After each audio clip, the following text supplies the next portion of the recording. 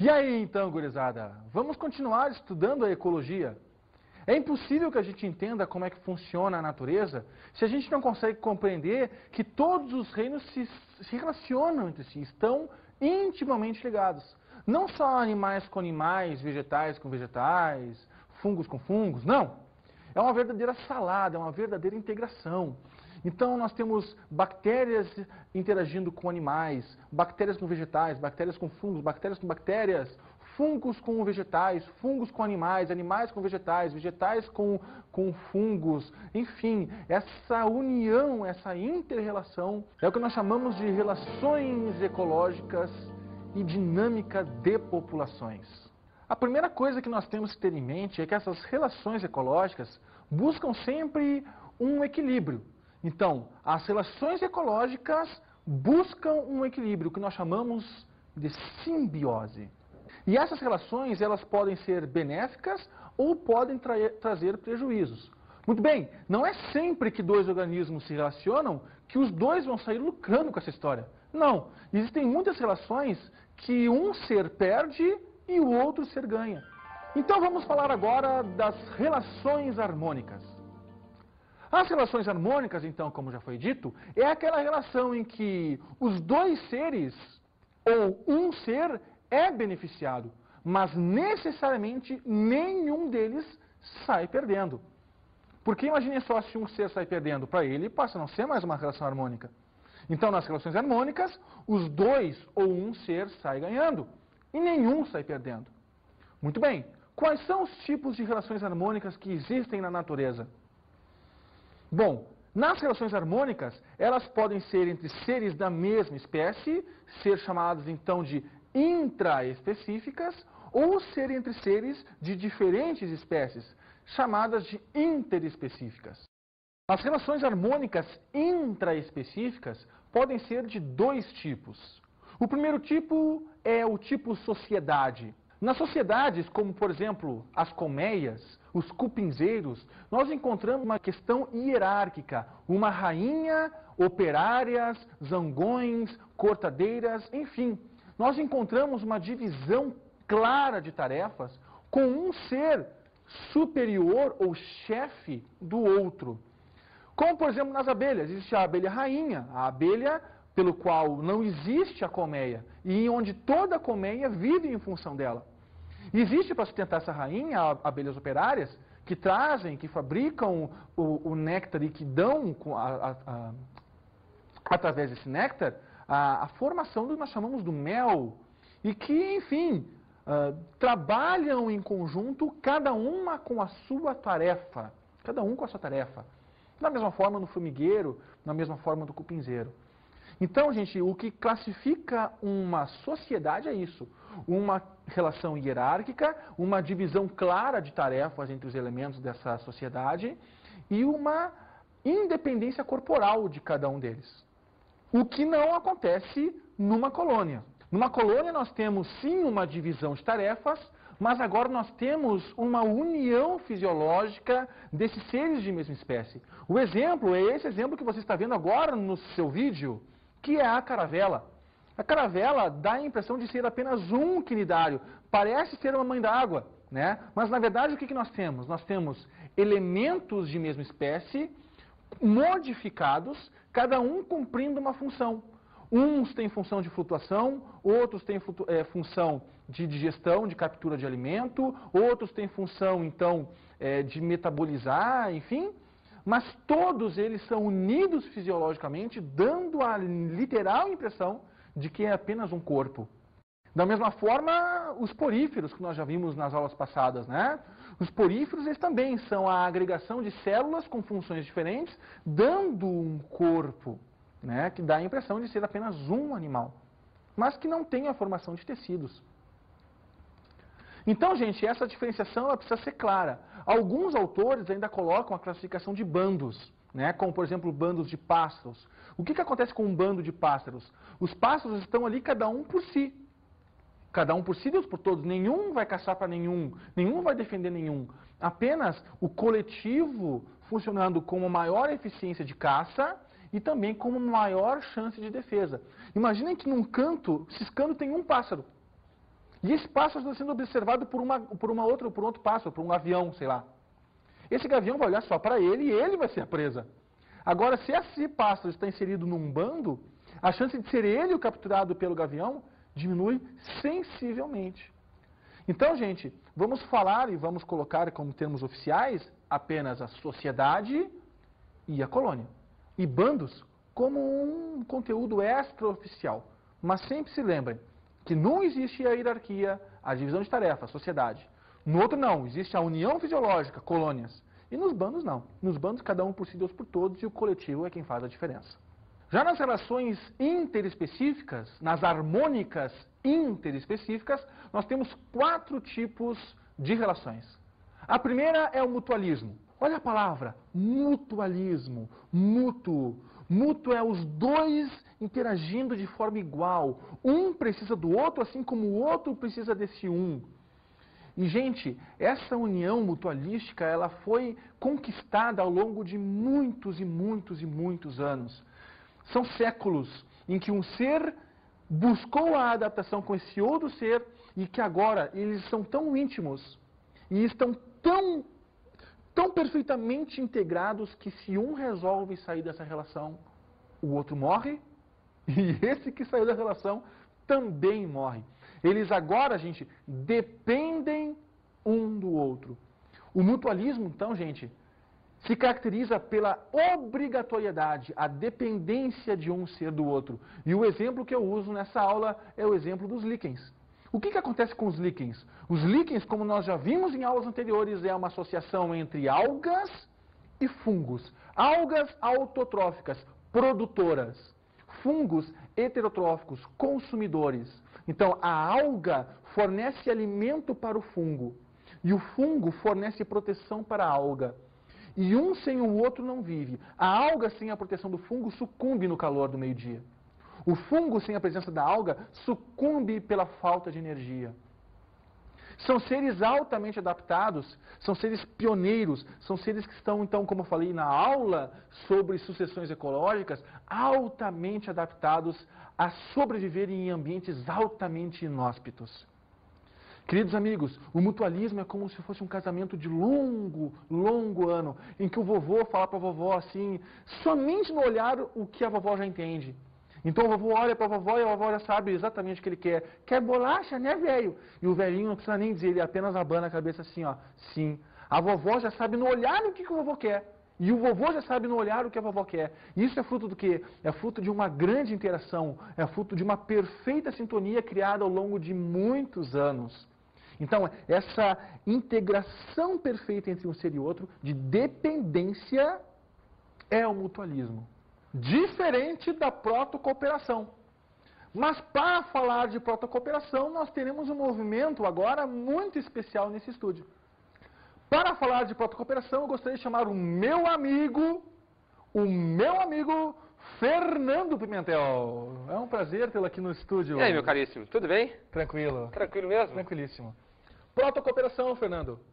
Que enrascada, né? Estava indo para minha praia, quando ele me ligou e falou, venha falar sobre protocooperação. É um indivíduo, né? Posso dizer para ti que a protocooperação é uma relação onde 2 indivíduos interagem e um ajuda o outro a sobreviver, mas sem caráter de dependência. Por exemplo, meu amigo Rogério, né? Eu sei dar uma estúpida aula. Meu amigo Rogério não sabe dar aula nenhuma, mas ele tem muita grana. Como eu venho ajudá-lo a dar aula? Ele me paga bem, um ajuda o outro e a gente sobrevive, né? Falando sério. Na verdade, a protocooperação tem exemplos fantásticos. Exemplo, o pássaro, o palito e o jacaré. Quando o jacaré abre a boca, né, entra um passarinho, você deve ter visto algum vídeo do Pantanal, o jacaré está com a boca aberta e dentro tem um passarinho, o pássaro palito, ele fica ali retirando os restos de carne, né, fibras, ossos, e ao mesmo tempo que o pássaro está se alimentando, ele está limpando, né, está limpando, evitando que se formem as cáries no jacaré. E ele não vai comer porque ele sabe que está sendo ajudado. É melhor um palito ali, uma ave palito ali andando em cima da língua dele do que uma dor de dente, né? Rogério, dá um exemplo aí só para eu me lembrar mais coisas de protocooperação. Vamos, né? Tem exemplos bem legais, Fernando. Bem legais. Outro exemplo que eu posso dar para vocês é o exemplo daquele passarinho, que da mesma forma que tem um pássaro que limpa a boca do jacaré, Tem o pássaro, aquele que também fica em cima das vacas, em cima dos cavalos no pasto, e que ficam catando carrapato do couro do bicho, né? É. E aí, enquanto ele está comendo, ele está se alimentando, né? E o boi está ganhando saúde, né? Exatamente. Aquelas mosquinhas, aqueles lá, aquelas... Enfim, tem muitos exemplos de protocooperação. O importante é deixar claro, mutualismo é uma relação obrigatória. Se um separar do outro, morrem. Já a protocooperação é uma relação satisfatória. Eu vou embora, por exemplo, agora, ele vai continuar aqui, nem por isso ele vai morrer ou vai se sentir mal, e eu também não vou conseguir passar mal nem morrer. Tá legal? Feita a diferença? Beleza. Na verdade, tu ainda me quer aqui ou não? Não, por mim tu pode ir embora. Já. Sério? Graças, eu vou pra praia. Já me ajudou. Valeu. Né? Aí. Fernando, muito obrigado pela presença aqui. Com certeza. Falou. Tá joia. Na verdade, o Fernando não quis confessar, mas na verdade ele depende de mim, né? Então, o que acontece? Né? Acontece uma relação, o que acabou de acontecer aqui foi um exemplo até de uma relação de protocooperação. É claro que para eu dar essa aula eu não precisava que o Fernando viesse aqui falar a respeito disso, mas eu optei por ilustrar essa aula, fazendo com que ele viesse, falasse, explanasse para vocês, para que a gente pudesse realmente mostrar que existe uma relação de ajuda sem dependência um do outro. No comensalismo, o elo de ligação entre esses dois seres, a própria palavra diz, né? Comensalismo, comer, a alimentação é o que faz com que esses dois seres se aproximem um do outro, né? Então, no comensalismo, um ser se beneficia, o outro pode não ser beneficiado. Agora, o importante é que esse ser não seja prejudicado. E a gente pode, inclusive, para ilustrar a aula, utilizar o mesmo exemplo da ave palito em relação ao jacaré, onde a ave palito está tendo uma relação comensal com o jacaré. Então percebam que nessas relações não existe tudo em gavetinha. Eu posso ter uma protocooperação comensal, posso ter também um mutualismo comensal, vamos relembrar os líquens, ó. O fungo em relação à alga, ele se alimenta. Então, é um mutualismo comensal. Então, queridos amigos, o comensalismo é o elo de ligação entre os dois seres, onde o que está em jogo é a alimentação. Outro exemplo que a gente pode citar com relação ao comensalismo é o do peixe-guia, que volta e meia a gente encontra grudado numa baleia, num tubarão, e que aproveita os restos da alimentação do banquete do tubarão para poder se alimentar da mesma forma. Sobre esse animal, vocês vão poder ver ele de forma mais detalhada na aula do professor Fernando, quando ele for falar sobre peixes. A quarta relação harmônica interespecífica é o inquilinismo. Olha a palavra de novo, ó. Inquilinismo, inquilino. O que está em jogo aqui é a moradia, é a proteção. O exemplo clássico do inquilinismo é o do paguro, ou ermitão, que é um crustáceo. Né? O que acontece com ele? Ele espera conchas de moluscos mortos aparecerem para rapidamente entrar dentro dessa concha. Percebam que, Rogério, mas o molusco está morto, ele foi prejudicado. Não foi o crustáceo que matou ele. Ele esperou a morte natural desse animal por predação de outro, ou seja, por que motivo for, e só depois que esse animal disponibiliza essa concha porque ele morreu, de morte matada ou de morte natural, é que ele vai habitar dentro dessa concha. Então, a proteção que a concha fornece para esse animal, como vocês estão vendo agora no seu vídeo, ela de fato funciona. Bom, Rogério, vamos relembrar um pouquinho dos artrópodes. Bom, os artrópodes precisam fazer a muda, a ecdise. No momento em que esse crustáceo precisa crescer e que a concha fica pequena para ele, ele procura uma outra concha maior. E assim ele entra nessa concha e utiliza ela como proteção e moradia e carrega ela para onde ele for. Agora vamos falar das relações desarmônicas. Aquelas relações onde obrigatoriamente existe um prejudicado, existe um que sucumbe, um que não tem sucesso.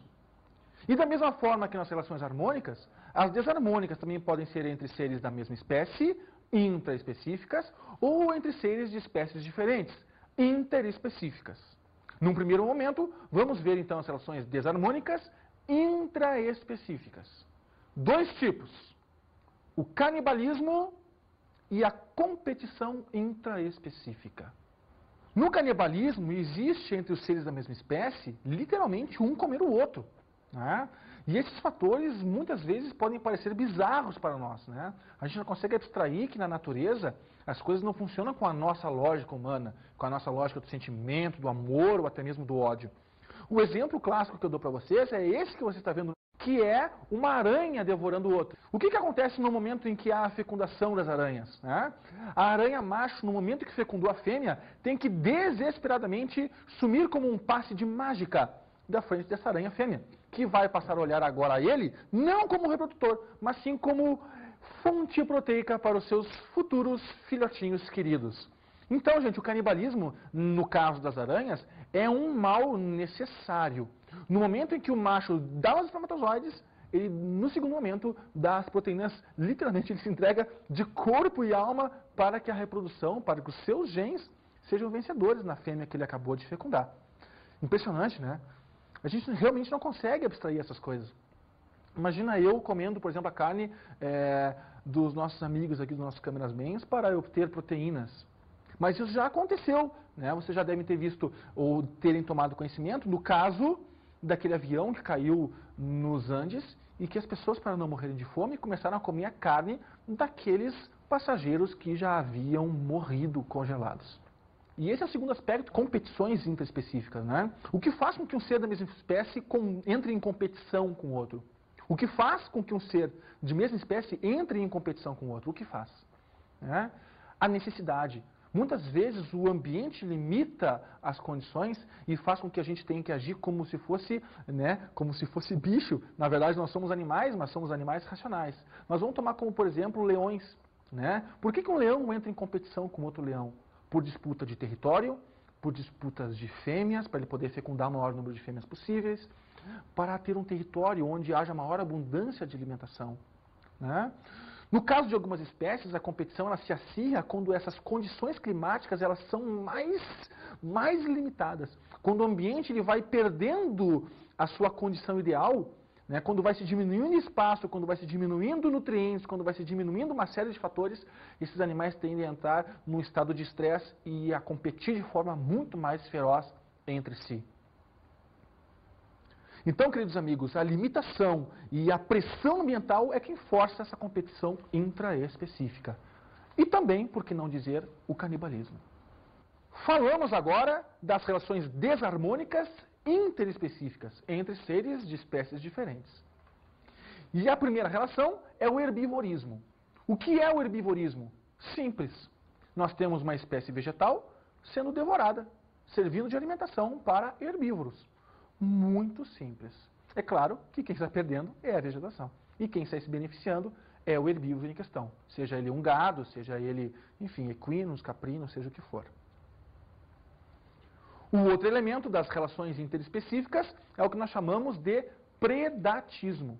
O predatismo talvez seja a relação que mais fascina as pessoas.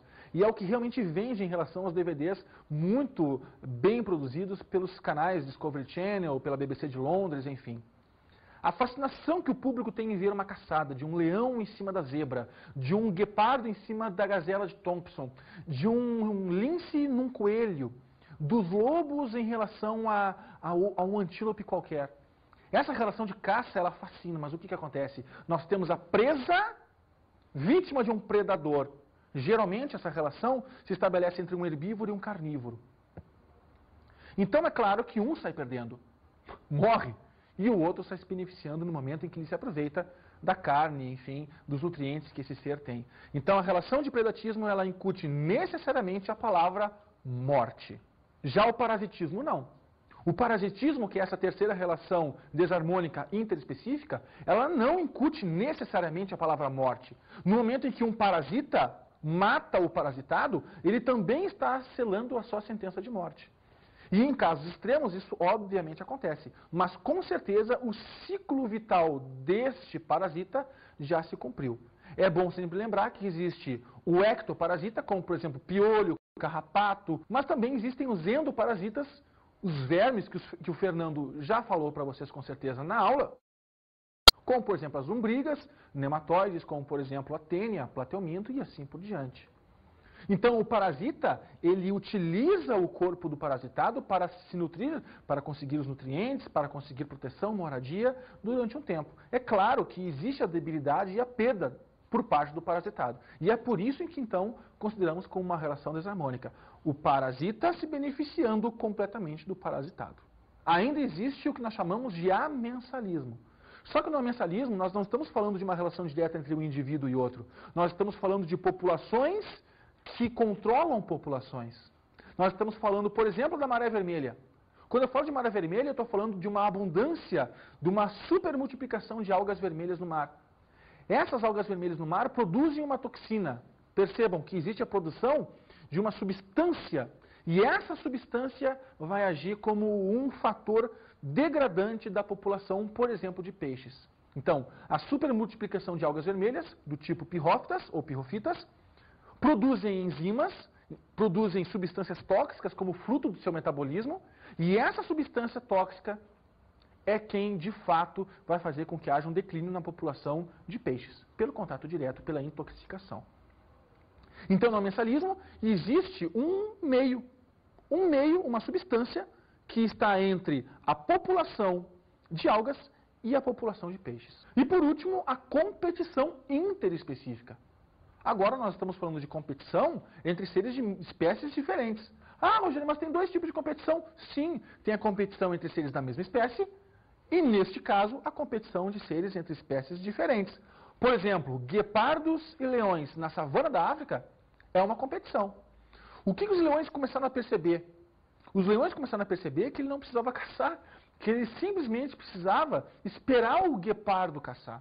O guepardo, apesar de ser um felino carnívoro, ele é um guepardo de porte menor do que o leão. O leão, ele tem a capacidade tranquilamente de matar um guepardo. Então, como os guepardos são muito eficientes na caça, e eles são muito altivos nesse sentido, o leão, como macho e como preguiçoso, porque o leão é preguiçoso, porque quem caça para o leão são as leoas, ele simplesmente espera, ele se atinou dentro da evolução de que se ele esperasse o guepardo caçar, ele poderia comer a comida que o guepardo está comendo.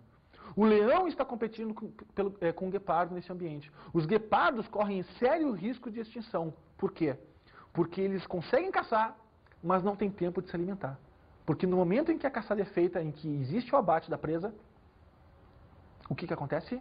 Acontece o leão chegando e roubando essa comida furtivamente do guepardo, que nada pode fazer, porque senão ele morre. Muito bem. Então nós vimos que as relações, elas podem ser boas e fazer com que duas populações possam crescer, possam se ajudar. Mas elas também servem de máquina, de mecanismo regulador para o desenvolvimento de certas espécies. E essa tecnologia foi já se tocada pelo homem. O homem já se tocou que existe isso. E toda a tática do que nós chamamos de controle biológico, de pragas, né, como um meio alternativo aos usos dos inseticidas, ela é muito bem-vinda desde que muito bem controlada. Por exemplo, usar uma espécie de pássaro para controlar uma praga de gafanhotos, por exemplo, numa população. Usar, sei lá, pulgões que controlam larvas de borboletas numa determinada plantação também. Então, dessa forma, um comendo o outro e a gente conhecendo melhor essa cadeia alimentar, a gente pode fazer com que haja predação, só que uma predação que seja benéfica para o homem e que vai trazer mais produção de grãos, enfim, do que for, né, do que for que o homem esteja plantando naquele momento.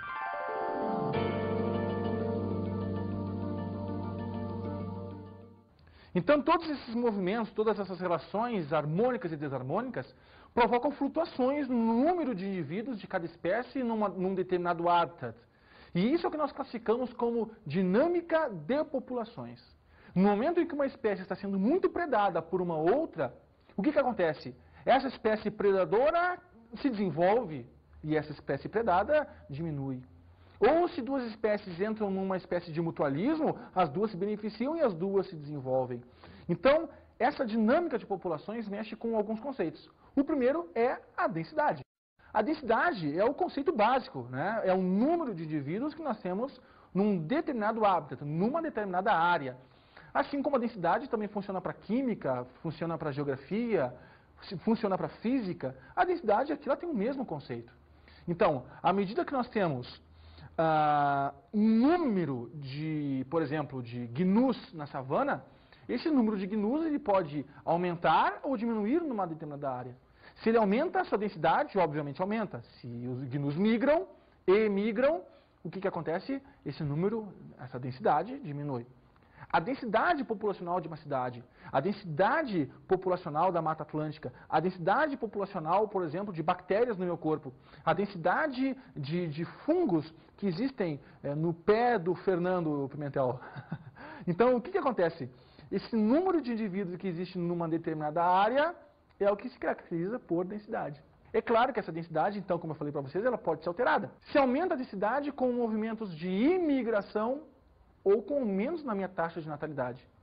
Da mesma forma que essa densidade pode diminuir com uma taxa de mortalidade elevada ou com um número expressivo de imigração. E quem controla isso são os fatores abióticos. Exemplo, savana. Na savana existe a chamada época de monções, uma época onde existem chuvas torrenciais. As chuvas fazem com que o verde abunde. A abundância do verde atrai herbívoros. Esses herbívoros atraem carnívoros. E nessa época de monções, a abundância existe na África, na planície do Serengeti. Quando essas chuvas cessam, o mato seca e rapidamente se acaba porque os herbívoros estão comendo. Os herbívoros percebem a falta de alimento e vão embora. E quem vai embora atrás? Quem vai embora atrás são os carnívoros. Então, essa densidade, no caso da planície do Serengeti na África, ela é regida pelos fatores abióticos, no caso, as chuvas. Aí entra o conceito de potencial biótico e de resistência do meio. O potencial biótico, gente, é a capacidade que os seres têm de crescer, de se desenvolver. E se não fosse pela resistência que o meio oferece a esses seres, o seu crescimento seria infinito, seria sem fim. Então vejam agora no gráfico que está no seu vídeo, a relação entre um ser que não tem resistência ao meio, que nós chamamos de PC, e o mesmo ser com essa resistência que o meio lhe oferece. Como resultado, a linha pontilhada CC. A área demarcada em R representa literalmente isso, a resistência que o meio oferece a todas as espécies. E se não fosse dessa forma, todas as espécies iam crescer de forma indeterminada, até a limitação própria de cada uma, que é o que a densidade ou que a falta de alimento determina.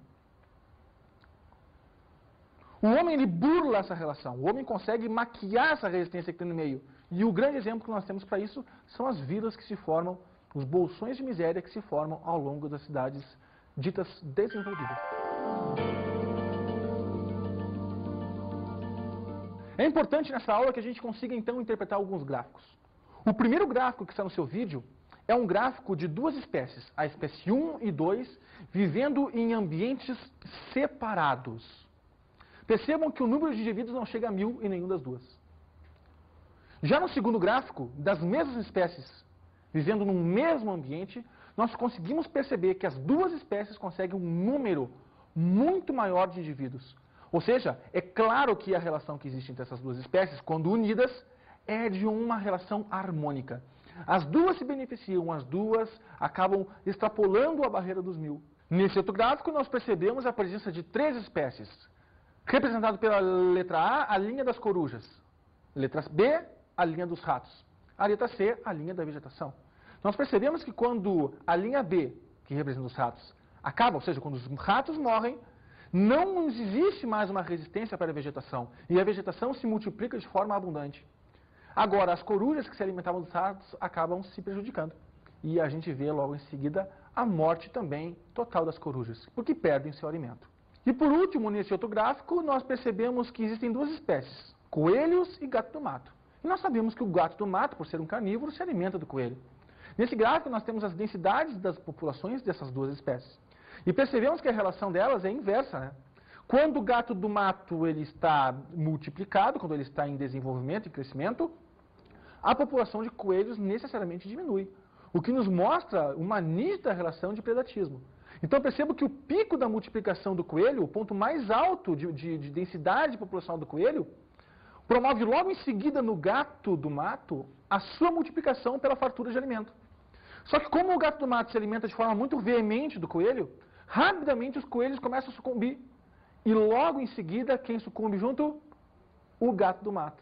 Só que quando o gato do mato sucumbe, os coelhos voltam a se multiplicar, porque eles têm um alto potencial biótico. Eles têm uma grande capacidade de reposição no ambiente. É importante que a gente tenha calma na interpretação desses gráficos, porque eles costumam cair muito nos vestibulares das universidades pelo país afora. Com isso, nós encerramos a aula, mas antes vamos para as nossas dicas de estudo.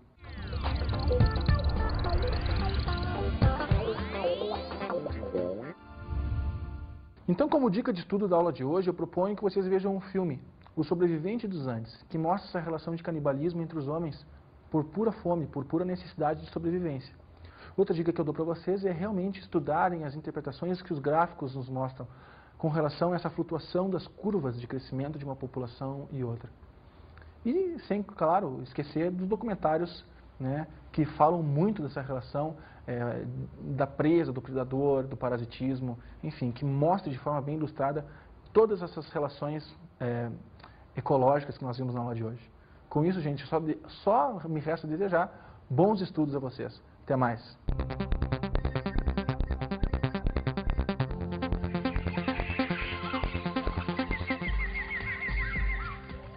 Na aula de hoje, falamos sobre relações ecológicas e dinâmica de populações. Nas relações harmônicas, onde os seres se beneficiam. Um pode não se beneficiar, mas o importante é que nenhum é prejudicado. E estudamos as relações desarmônicas. E vimos que para que essa relação seja desarmônica, um ser tenha que necessariamente ser prejudicado.